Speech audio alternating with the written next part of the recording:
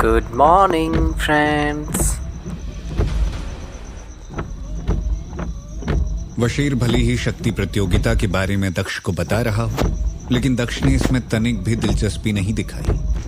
वह अभ्यास में अपने समय का इस्तेमाल करना चाहता था। यह देखकर वशीर ने मुस्कुराते हुए कहा, भाई दक्ष, यदि तुम उसमें शामिल नहीं हुए तो तुम्हें इसके लिए पछतावा होगा। दक्ष ने पूछा, सच में? वशीर ने समझाया, जहां तक मुझे जानकारी है कि अभिलेख कक्ष के शीर्ष योद्धा और युद्ध में भगवान कहे जाने वाले योद्धाओं के शिष्य इस प्रतियोगिता में भाग लेंगे। योग्यता सूची के शीर्ष 10 योद्धा इस आयोजन की मेजबानी करेंगे।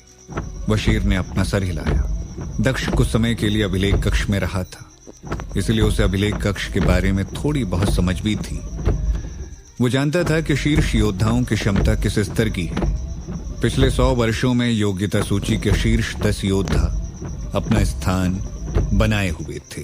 दूसरी बात, अभिलेख कक्ष के शीर्ष योद्धा भी कमतर नहीं थे। उनकी क्षमता भी उच्च स्तरीय थी। यही सब वजह थी जिससे अभिलेख कक्ष पूरी दुनिया में प्रसिद्ध था। शक्ति प्रदर्शन प्रतियोगिता का आयोजन 10 वर्षों में एक बार किया जाता है। इससे स्पष्ट था कि अभिलेख कक्ष इस प्रतियोगिता को कितना महत्वपूर्ण मानता है। वशीर के काफी समझाने के बाद दक्ष ने थोड़ी रुचि दिखाई। वशीर ने आगे अपनी बातें जारी रखी। इस प्रतियोगिता को देखने न केवल सामान्य योद्धा आएंगे, बल्कि स्वर्ग क्षेत्र के शीर्ष 9 सुंदरियां भी आएंगी। हालांकि ये बात अधिक महत्वपूर्ण नहीं है। दक्ष ने पूछा, फिर क्या महत्वपूर्ण है? वशीर गंभीर हो गया। उसने कहा, भाई दक्ष, क्या तुम स्वर्ग क्षेत्र के इतिहास के बारे में विस्तार से जानते हो? दक्ष ने कहा, नहीं, मैं बिल्कुल भी नहीं जानता हूं। वशीर ने कहा, हर कोई जानता है कि स्वर्ग की स्थापना 1 लाख साल पहले हुई थी। फिर उससे पहले यानी 2 लाख, 3 लाख या फिर 10 लाख साल पहले यहां की दुनिया कैसी थी? दक्ष उत्सुकता पूर्वक उसकी बातें सुन रहा था। वशीर ने अपनी बातें जारी रखी। कुछ प्राचीन अभिलेखों और पुस्तकों के अनुसार प्राचीन समय में इस दुनिया में 10 गुना अधिक आध्यात्मिक ऊर्जा थी। कुछ ही दूरी पर अभ्यास स्थल थे। कई शक्तिशाली योद्धा हुआ करते थे, लेकिन धीरे धीरे ये पूरी तरह विलुप्त हो गया। यहां तक कि कई शक्तिशाली योद्धा मारे गए और ये मृत्यु का स्थान बन गया। केवल कुछ रहस्यमयी और प्राचीन अवशेष ही बचे रह गए हैं। शक्ति प्रदर्शन प्रतियोगिता का मंच उनमें से एक है। वशीर की बातें सुनकर दक्ष हैरान हो गया। अब वो शक्ति प्रदर्शन मंच के बारे में जानने को लेकर काफी उत्सुक हो गया। यह केवल एक सामान्य प्रतियोगिता नहीं है ना? दक्ष ने पूछा। यदि तुम भाग लेते हो तो तुम खुद ही देख लोगे कि यह कैसा है। दक्ष को ऐसा लग रहा था कि वशीर उसे प्रतियोगिता में जाने के लिए लुभाने की कोशिश कर रहा है। मुझे नहीं लगता कि अभिलेख कक्ष द्वारा मुझे आमंत्रित किया जाएगा। दक्ष की बात सुनकर वशीर गंभीर हो गया। उसने कहा, यदि तुम दक्ष की पहचान के साथ वहां जाने के बारे में सोच रहे हो तो फिर मैं तुम्हें निमंत्रण दिलाने में मदद कर सकता हूं, लेकिन इस स्थिति में तुम्हें अपने कई दुश्मनों का सामना करना पड़ सकता है। इसलिए मैं मानता हूं कि अपनी पहचान उजागर कर वहां जाना अच्छी बात नहीं। ऐसे में वहां जाने का दूसरा तरीका है तुम्हारी क्षमता। दक्ष ने पूछा, मतलब? वशीर ने कहा, ऐसा नहीं है कि इस प्रतियोगिता में अन्य योद्धाओं को निमंत्रण नहीं दिया जा सकता है। संख्या सीमित है, इसलिए अभिलेख कक्ष योग्यता परीक्षा आयोजित करता है। जो कोई भी उस परीक्षा में अव्वल आता है उसे प्रतियोगिता में भाग लेने दिया जा सकता है। भाई दक्ष, तुम कौन सा तरीका चुनते हो ये तुम पर निर्भर है। दक्ष ने चाय की चुस्की ली और कुछ देर तक सोचता रहा। अभी भी 5 दिन है, इसलिए सोचने का हमारे पास पर्याप्त समय है। मैं इस समय सत्यार्थ महासागर के अगले चरणों को पार करना चाहता हूं। वशीर ने हंसते हुए कहा, सच में? यह तो अच्छा संयोग है।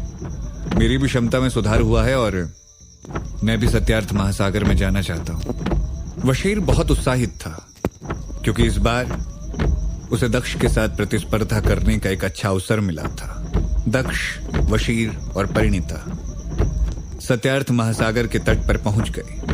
वशीर की सलाह पर दक्ष ने अपना भेष नहीं बदला। वशीर ने बताया कि महासागर में प्रवेश करने के बाद उसकी वास्तविक पहचान उजागर हो जाएगी। ऐसे में भेष बदलने से कोई खास लाभ नहीं मिलने वाला था।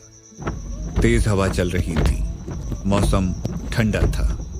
वशीर ने मुस्कुराते हुए कहा, अगर मुझे ठीक से याद है तो दक्ष, आपने केवल 13 दिनों तक अभिलेख कक्ष में अभ्यास किया है। दक्ष ने कहा, यह सच है। वशीर ने कहा, लेकिन मैंने अभिलेख कक्ष में 800 दिनों यानी 2 साल से अधिक समय तक का अभ्यास किया है। दक्ष समझ चुका था कि वशीर उसके साथ एक दोस्ताना प्रतिस्पर्धा करना चाहता था, लेकिन साथ ही उसने सोचा कि दक्ष के साथ होने से एक दूसरे को लाभ भी मिलेगा। हालांकि ये असंभव था। आखिरकार ये सत्यार्थ महासागर था। एक योद्धा की आध्यात्मिक शक्ति और सत्य की समझ जितनी विकसित होगी, वो उतने ही चरणों को पार करने में सक्षम हो सकता है। दक्ष ने पूछा, भाई वशीर, आपने सत्य के कितने नियमों को समझा है? 2850। वशीर ने दक्ष से कुछ नहीं छिपाया। सत्य के नियमों को समझने के मामले में दक्ष वशीर की तुलना में काफी पीछे था। उसने अब तक केवल 247 नियमों को समझा था। इसके पीछे वजह भी थी। वशीर लंबे समय से अभिलेख कक्ष के अंदर अभ्यास कर रहा था। दक्ष ने वशीर से प्रतिस्पर्धा करने की नहीं सोची थी। उसने अपनी क्षमता के मुताबिक तीसरे चरण को पार करने का लक्ष्य रखा था। यदि वो चौथे चरण तक पहुंच भी जाता तो ये उसके लिए भी हैरान करने वाली बात होती। अचानक सत्यार्थ महासागर के तट पर शोरगुल सुनाई पड़ा। वहां मौजूद सभी योद्धा हैरान रह गए। चारों तरफ भगदड़ सी मच गई थी। दक्ष और वशीर ने सामने की दिशा में देखा। दोनों दंग रह गए। सामने माहिरा खड़ी थी। योग्यता सूची में वो शीर्ष 100 में शामिल थी। निश्चित रूप से ये उसकी प्रतिभा को प्रदर्शित करता था। माहिरा कालद्वीप क्षेत्र से संबंधित थी और प्रेम महल में दक्ष का उससे सामना हो चुका था। दक्ष जानता था कि माहिरा वैभव रॉय के निकटस्थ है। दक्ष ने मुस्कुराते हुए कहा, मैं कितना दुर्भाग्यशाली। दक्ष ने बिना देरी किए एक मुखौटा निकाला और उसे पहन लिया। अपनी पहचान छुपाना ही उसके लिए एकमात्र उपाय था। आखिरकार उसके और कालद्वीप क्षेत्र के बीच गहरी दुश्मनी थी। ऐसे में महासागर के चरण को पार करने से पहले दक्ष माहिरा से उलझना नहीं चाहता था। माहिरा इस समय सत्यार्थ महासागर के तट पर पड़े एक पत्थर पर खड़ी थी। कुछ देर बाद महासागर के तट की हलचल और तेज हो गई। स्पष्ट था कि कोई और शक्तिशाली योद्धा वहां आया है। दक्ष ने पीछे मुड़कर देखा और धीमी आवाज में कहा, अब कौन आ गया? वशीर ने भी अपनी निगाहें फेर ली। तभी उन दोनों की नजर एक रथ पर पड़ी जिसे 3 सफेद घोड़े खींच रहे थे। रथ पर एक आदमी बैठा हुआ था जिसकी सफेद दाढ़ी थी। रथ के आकार को देखकर यह स्पष्ट हो चुका था कि उस रथ में कोई शक्तिशाली व्यक्ति बैठा हुआ है। रथ जैसे जैसे नजदीक बढ़ा, रथ में एक महिला दिखाई दी। उसने भी सफेद रंग की पोशाक पहन रखी थी। वशीर हैरान था। उसने दक्ष से कहा, यकीन नहीं हो रहा है, श्वेतांशी भी सत्यार्थ महासागर के चरणों को पार करने के लिए यहां आई है। तट से कुछ दूरी पर रथ रुक गया। सफेद दाढ़ी वाला आदमी रथ से नीचे उतरा। उसने पर्दा हटाया और अगले ही पल श्वेतांशी रथ से नीचे उतर आई। श्वेतांशी के लंबे बाल हवा में लहरा रहे थे। उसका चेहरा धुंधला दिखाई दे रहा था। यहां तक कि दक्ष भी उसके रूप को स्पष्ट रूप से नहीं देख पा रहा था। महिला अलौकिक एवं शांत और रहस्यमयी दिख रही थी।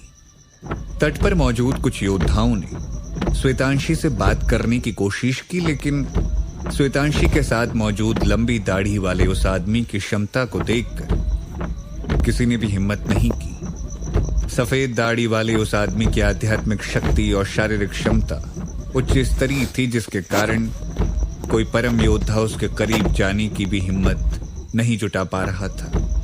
दक्ष ने कहा, वो महिला अभी अभी शीर्ष परम योद्धा बनी और वो बेहद शक्तिशाली लगती है।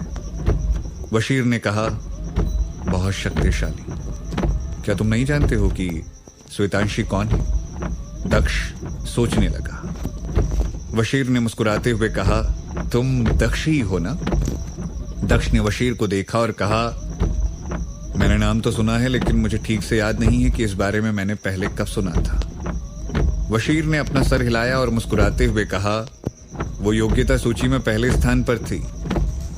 दक्ष ने श्वेतांशी की ओर देखते हुए कहा, अच्छा तो ये शीर्ष स्थान पर कब्जा जमाए हुए। वशीर ने कहा, वो भले ही चुलबुली सी दिखती हो, लेकिन हत्या करना उसका सबसे पसंदीदा काम है। दक्ष ने कहा, तभी तो वो शीर्ष स्थान प्राप्त करने में कामयाब रही। कुछ देर की चुप्पी के बाद दक्ष ने कहा, वैसे मैंने श्वेतांशी नाम कभी नहीं सुना था। क्या योग्यता सूची में उसका नाम कुछ और है? श्वेतांशी हमेशा से रहस्यमय योद्धा रही है। वो प्राचीन सभ्यता से संबंधित है। यहां आने के बाद से वो हमेशा अकेली रहती है। किसी को भी उसने अपने करीब आने नहीं दिया, न ही उसने किसी शक्तिशाली योद्धा से संपर्क किया है। यहां तक इतने वर्षों तक रहने के बाद भी उसके कोई भी दोस्त नहीं है। कुछ ही योद्धा हैं जो उसके वास्तविक नाम को जानते हैं। वशीर ने कहा, दक्ष प्राचीन सभ्यताओं के बारे में थोड़ा बहुत जानता था।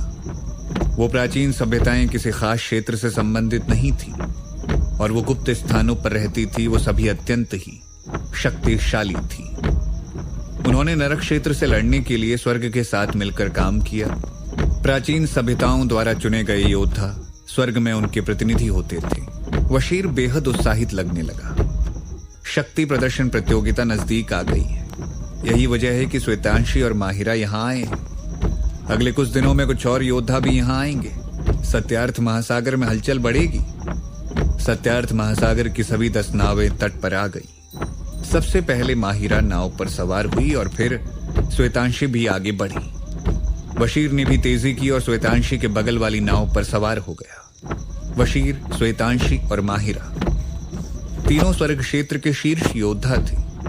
उन्हें देखकर तट पर मौजूद सभी योद्धा उत्साहित हो गए। विश्वास नहीं होता है कि तीनों शक्तिशाली योद्धा एक साथ सत्यार्थ महासागर की यात्रा कर रहे हैं। एक योद्धा ने कहा। दूसरे ने कहा, निश्चित रूप से इस तरह का दृश्य जीवन में एक ही बार देखने को मिलता है। आइए देखें कि कौन कितना आगे बढ़ सकता है। तट पर मौजूद सभी योद्धा उत्साहित थे। कुछ योद्धाओं ने अपने अपने क्षेत्र को इससे संबंधित आध्यात्मिक संदेश भेजा और इसके बारे में सूचना साझा की। वो तीनों तेजी से आगे बढ़ रहे थे। तट पर मौजूद अन्य योद्धा जो कि सत्यार्थ महासागर में जाना चाहते थे, इन तीनों को देखकर उन्होंने सत्यार्थ महासागर में उतरने की योजना को बदल दिया। दक्ष चौथी नाव पर सवार होकर धीरे धीरे नाव की ओर बढ़ने लगा। मुखौटा पहने होने के कारण किसी भी योद्धा ने उसे नहीं पहचाना। केवल माहिरा ने दक्ष को गौर से देखा। उसे दक्ष जाना पहचाना लग रहा था। कुछ देर के बाद 5 और योद्धा तट पर पहुंच गए और बिना देरी किए सत्यार्थ महासागर की 5 नाव पर सवार हो गए। वो सभी शीर्ष शक्तिशाली योद्धा थे। तभी काली पोशाक में एक और योद्धा वहां पहुंच गया। उसने मुस्कुराते हुए कहा, मैं चुन शर्मा आप लोगों के साथ साथ सत्यार्थ महासागर के सबसे आखिरी चरण तक पहुंचने की कोशिश करूंगा। इसी तरह इस कहानी के सभी एपिसोड्स को सबसे पहले सुनने के लिए चैनल को सब्सक्राइब करें, वीडियो को लाइक करें और दोस्तों के साथ शेयर करना न भूलें।